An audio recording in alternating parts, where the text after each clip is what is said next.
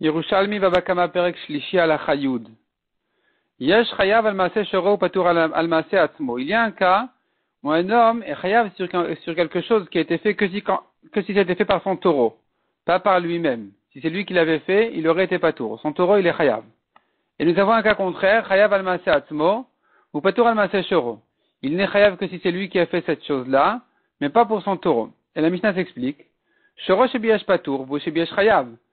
Son taureau qui a fait honte à quelqu'un, il est Patour. Lui qui a fait honte à quelqu'un, il est Chayav. Par contre, et le cas inverse, le cas contraire, Shoro Shesimet en Avdo Veipilachino Patour. Son taureau qui a aveuglé ou qui a cassé la dent de son esclave, il est Patour. Vehu Shesimet en Avdo Veipilachino Chayav. Mais quand c'est lui qui a fait ça à son esclave, il a aveuglé, ou bien il lui a fait tomber la dent, il est Chayav.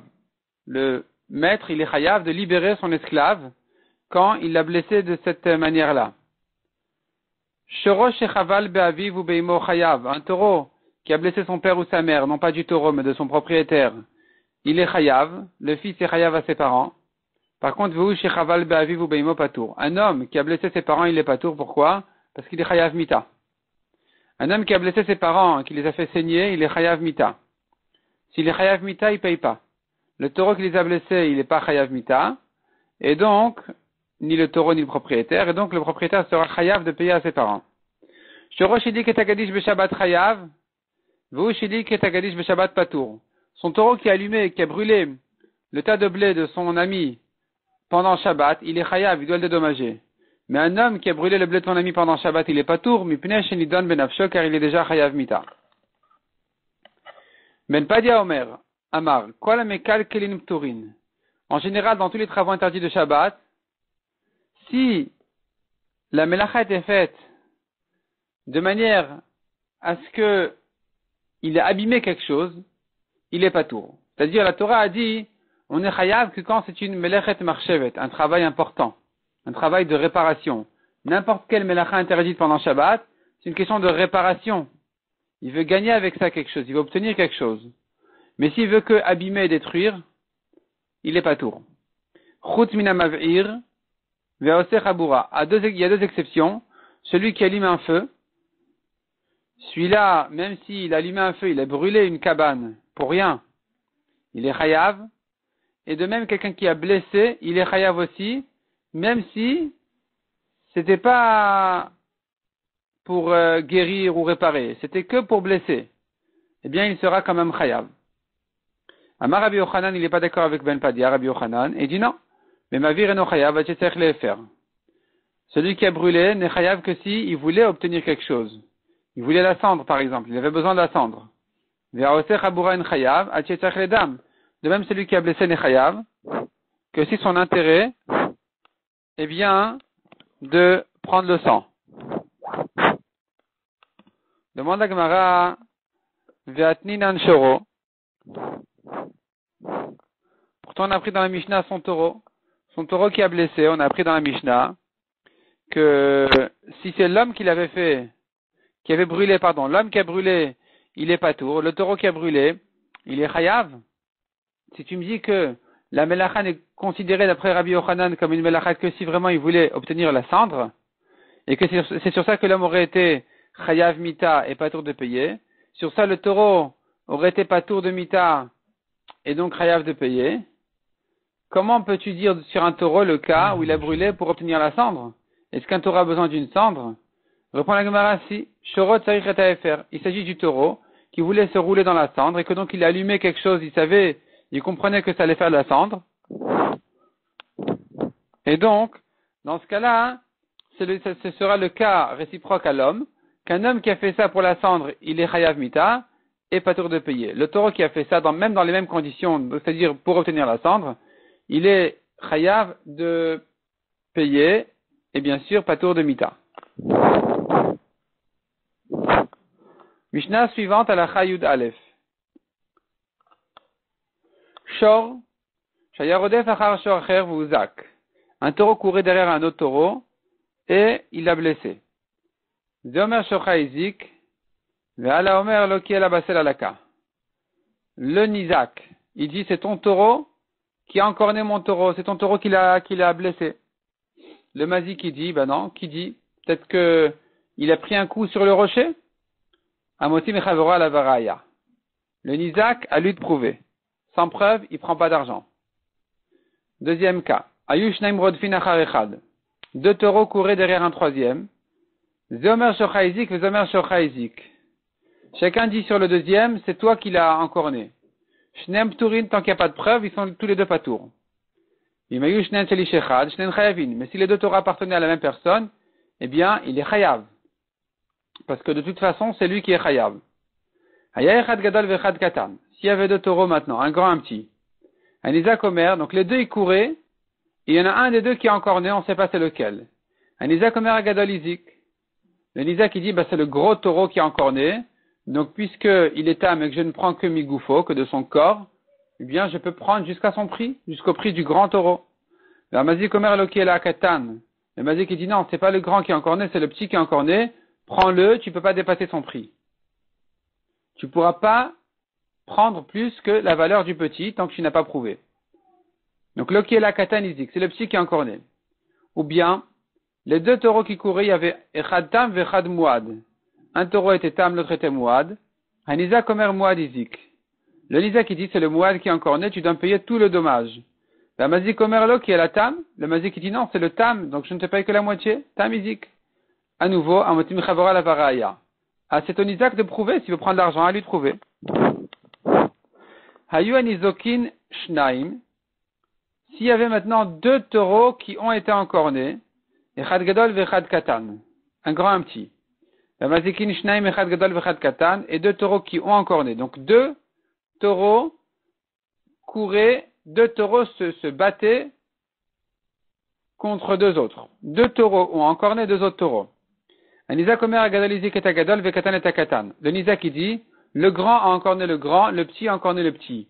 Donc, puisque s'il est âme, je ne prends que Migoufo, je ne pourrai pas dépasser le prix du taureau qui est encorné, alors, sachant que le grand a encorné le grand, je ne suis pas vraiment limité, je peux prendre jusqu'au prix du grand, et le petit jusqu'au prix du petit, et le petit qui a été encorné par le petit, ça me va.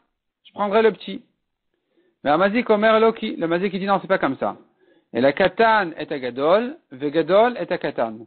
Le grand a encorné le petit, donc je n'ai pas à payer plus que Khatinezek du petit de toute façon. Et c'est le petit qui a encorné le grand, donc tu ne pourras pas prendre plus que le prix du petit. De même, s'ils étaient donc les deux taureaux du Mazik, Echad Tam vechad Muad. Un Isaac Omer Muad Izik et Agadol vetam et Katan. Le Muad, le Isaac qui dit, bah, c'est le taureau Muad qui a encorné mon grand taureau. Donc je prends Nezek Shalem sur le grand taureau. Tu dois me payer tout son prix. Le Tam a encorné le petit. Donc tu ne me payes Khatinezek que sur le petit, pas sur le grand. Vers Mazik Omer, le Mazik qui dit non, qui dit que c'est comme ça. Loki a la Tam Izik et Agadol. Muad et Katan. Peut-être que c'est le Tam qui a encorné le grand. C'est le Tam qui a encorné le grand, je te paye la moitié, je ne te paye que la moitié sur le grand. Et le Muad encorné le petit, je te paierai Nezek Shalem que du petit. Amoti mechavero ala varaya, à nouveau, c'est ton Isaac d'amener la preuve. Rabbi Udan Baï. Rabbi Udan il demande. Haden amdat beddin maou. Comment le beddin, quand il se tient le beddin, comment on juge là-bas? On a dit Amoti mechavero ala varaya. Maintenant, le Nisa qui dit, c'est le grand qui est encorné, le Mazik qui dit, c'est le petit qui est encorné. Alors c'est ton Isaac de prouver. Si le Isaac n'a pas prouvé, qu'est-ce que le Mazik devra payer? Est-ce qu'il devra payer comme ce qu'il dit? Donc il devra payer comme si c'était le petit qui avait encorné. Ou bien non, il sera pas tour parce qu'il dira, écoute, moi je dis le petit, toi tu dis c'est pas le petit. Donc, le petit, tu prends pas parce que tu as avoué qu'il n'a pas encorné. Le grand, tu ne prends pas parce que tu n'as pas de preuve. Donc je ne te paye rien. Qu'est-ce qu'on dira? Ou bien non, puisque le Mazik a reconnu qu'il est chayav, il devrait quand même payer. Ishmeina me'ada. On pourrait prouver de là. Shnaim shizarku shnet tzrorot veshavru shtekadin. Deux hommes ont jeté deux pierres. Ils ont cassé deux cruches. Achat shel yain ve'achat shel shemen. Une cruche de vin et une cruche d'huile. Zeomer shel yain shavarti vezomer shel yain shavarti. Le vin coûte moins cher que l'huile, à l'époque. Et chacun dit, moi j'ai cassé le vin. Shnen meshalmin yain, shel yain. Les deux doivent payer que le vin. Achat rekanis ve'achat melea. Une cruche vide et une cruche pleine. Zeomer rekanit shavarti vezomer rekanit shavarti. Chacun dit, moi j'ai cassé la cruche vide. La cruche vide, c'est ma pierre qui l'a cassée. Shnen meshalim et tarekanit, les deux n'auront à payer que la petite, que la vide. Shavru chavit achat, si les deux ont cassé, entre eux deux, il y a une pierre qui a cassé le tonneau, on ne sait pas c'est qui. Zomer atashavarta ve zomer atashavarta shneim turin. Chacun dit c'est toi qui as cassé, les deux ils font pas tour. Donc en tout cas tu vois ici, que quand on a un doute, il payera au moins le minimum. Le minimum il doit le payer, il n'a pas à payer plus que le minimum, mais le minimum il doit payer. Il ne pourra pas dire au Isaac, mais tu as avoué que c'est pas comme ça que ça s'est passé, donc je ne te paye rien, parce que tel que tu dis tu n'as pas de preuve, et tel que je dis tu as avoué que non, et donc je devrais être pas tour. On ne dit pas comme ça, on dit paye le minimum. Le minimum il doit le payer. Hadran alach amaniach, hadran alach amaniach, hadran alach amaniach. Et on commence, Bezrat Hashem, le 4e Perek. 4e Perek, Alacha Aleph. Shor shenagach arba'a v'chamisha shvarim ze achar ze. Un taureau s'est excité, il s'est mis à encorner 4 ou 5 taureaux l'un derrière l'autre. Comment on fait pour payer maintenant? C'est un taureau, il était tam. D'ailleurs, il est resté tam jusqu'au bout. Comme Rashi dit dans le Bavli, Rashi explique comment est-ce possible qu'il reste tam s'il a vu d'autres taureaux entre eux, il ne les a pas encornés. Donc il n'est pas devenu mouad. Il doit payer Khatin Ezek Migoufo sur tous ces 4 et 5 taureaux. Il n'a payé que la moitié et limité à son prix, au prix de son corps. Comment on fait? Yeshalem, l'Acharon Sheben. Tout d'abord, il paye au dernier. Imesh bo motar. S'il y a du surplus, si le taureau qui a encorné vaut plus que Khatin Ezek du dernier, Yarzir chez les fanav. L'avant-dernier prend. Yesh bo motar, s'il en reste, Yarzir chez les fanav, celui qui est avant l'avant-dernier prendra aussi. Et donc, Acharon Iskar d'Ivri Rabbi Meir. Selon Rabbi Meir, c'est toujours le dernier. C'est toujours le dernier qui gagne. C'est toujours le dernier qui prend en premier. Rabbi Shimon Omer. Rabbi Shimon dit non, c'est pas comme ça qu'il faut calculer. Shor Shaveh Matayim, Shenagar le Shor Shaveh Matayim. Si maintenant, les 2 premiers taureaux, ils valaient 200. Ven Anevela Yafakloum, et le taureau mort ne vaut plus rien. Zenotel Mané, Zenotel Mané. Il nous reste maintenant le taureau qui a encorné. Ils deviennent le mazik et le nizak associés sur ce taureau-là. Chacun mérite un mané, 112, la moitié de ce taureau. Chazar venagach le shoracher, Shaveh Matayim. Ce taureau-là qui appartient à Reuven et Shimon a encorné un 3e taureau, celui de Lévi, qui vaut aussi les 200. Acharon otel mané. Lévi prend un mané, il prend 112 du taureau qui a encorné. Et Reuven et Shimon qui étaient associés vont se partager sur le reste. Donc, Veshe les Fanav, Reuven et Shimon, Zenotel Chamishim Zuz, Zenotel Chamishim Zuz, chacun prend 50-50. Chazar Venagar, le Shoacher, Shaveh Matayim. Il a encore un 4e taureau de Yehuda, qui vaut, aussi 200. Acharon Notel Mané. Yehuda dit, écoutez, moi je prends déjà mon mané. Je prends 100. Khatin Ezek. Vous êtes tous associés sur un taureau qui m'a encorné, je prends 100 de ce taureau-là. Après, vous vous débrouillez, vous cassez la tête entre vous. Veshe les Fanav Lévi, Chamishim Zuz. Lévi dit à Reuven et Shimon, écoutez, vous deux, vous m'avez encorné, donc je prends la moitié de ce qui reste. Vous êtes vous deux responsables, je prends la moitié de ce qui reste, c'est 50, et vous deux, vous partagez aux 50 qui restent, donc Veshnaim Arishonim Dinar Zahav. Les 2 premiers, Reuven et Shimon, prennent chacun un dinar Zahav, 25, 25 zouz, 1 dinar Zahav. Amar Rabbi Ana, Alav Rabbi Meir Mishnet Ladin. La raison de Rabbi Meir qui avait dit, c'est toujours le dernier qui prend tout ce qu'il mérite. L'avant-dernier qui prend tout ce qu'il mérite de ce qui reste. Et ainsi de suite. Pourquoi Rabbi Ana dit comme ça? Pourquoi Rabbi Meir a dit comme ça? Pourquoi il dit pas comme Rabbi Shimon, où finalement tu considères les premiers comme des associés sur le dommage, les 2 premiers vis-à-vis du 3e, les 3 premiers vis-à-vis du 4e, et que dans ce cas-là on se partage équitablement, enfin pas équitablement, mais il y a un certain pourcentage, un certain partage à faire. Et donc pourquoi Rabbi Meir il dit pas comme ça? Il dit non, tout d'abord le dernier il prend tout ce qu'il mérite. Ensuite l'avant-dernier prend tout ce qu'il mérite de ce qui reste. Pourquoi il dit comme ça? Parce que Rabbi Meir Mishnet Adin. Selon Rabbi Meir, le Nisa qui vient chez le Mazik, il lui dit, écoute, de 2 côtés. Quoi que tu dises, je mérite. Manafchar, que veux-tu? Shel Chaou, si tu vas dire, toi, qu'il est à toi. Donc Yehuda, il dit à Lévi, écoute, toi tu es l'avant-dernier, tu dis que le taureau il est à toi parce que tu l'as pris pour encaisser ton dommage, pour te dédommager. S'il est à toi, Neouli, donne-le-moi. Tu m'as encorné, tu me le donnes. C'est comme ça. Tu me donnes tout ce que je mérite de ton taureau.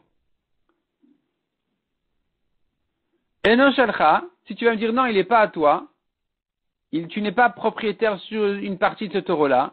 Simplement, tu l'as pris pour te dédommager. Nolishek venu.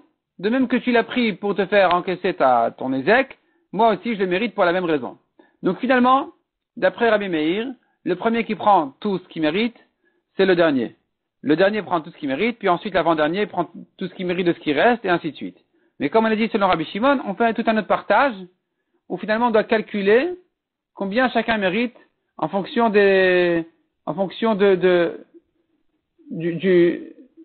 quelle étape il est encore né. C'est-à-dire, plus on est avancé, le dernier prendra plus un grand pourcentage et les premiers ils seront toujours considérés comme des associés sur le reste, comme on a dit.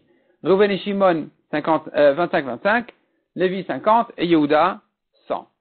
La Gemara va continuer à expliquer le partage de la Mishnah, les calculs de Rabbi Meir et Rabbi Shimon, mais on va s'arrêter là pour le moment.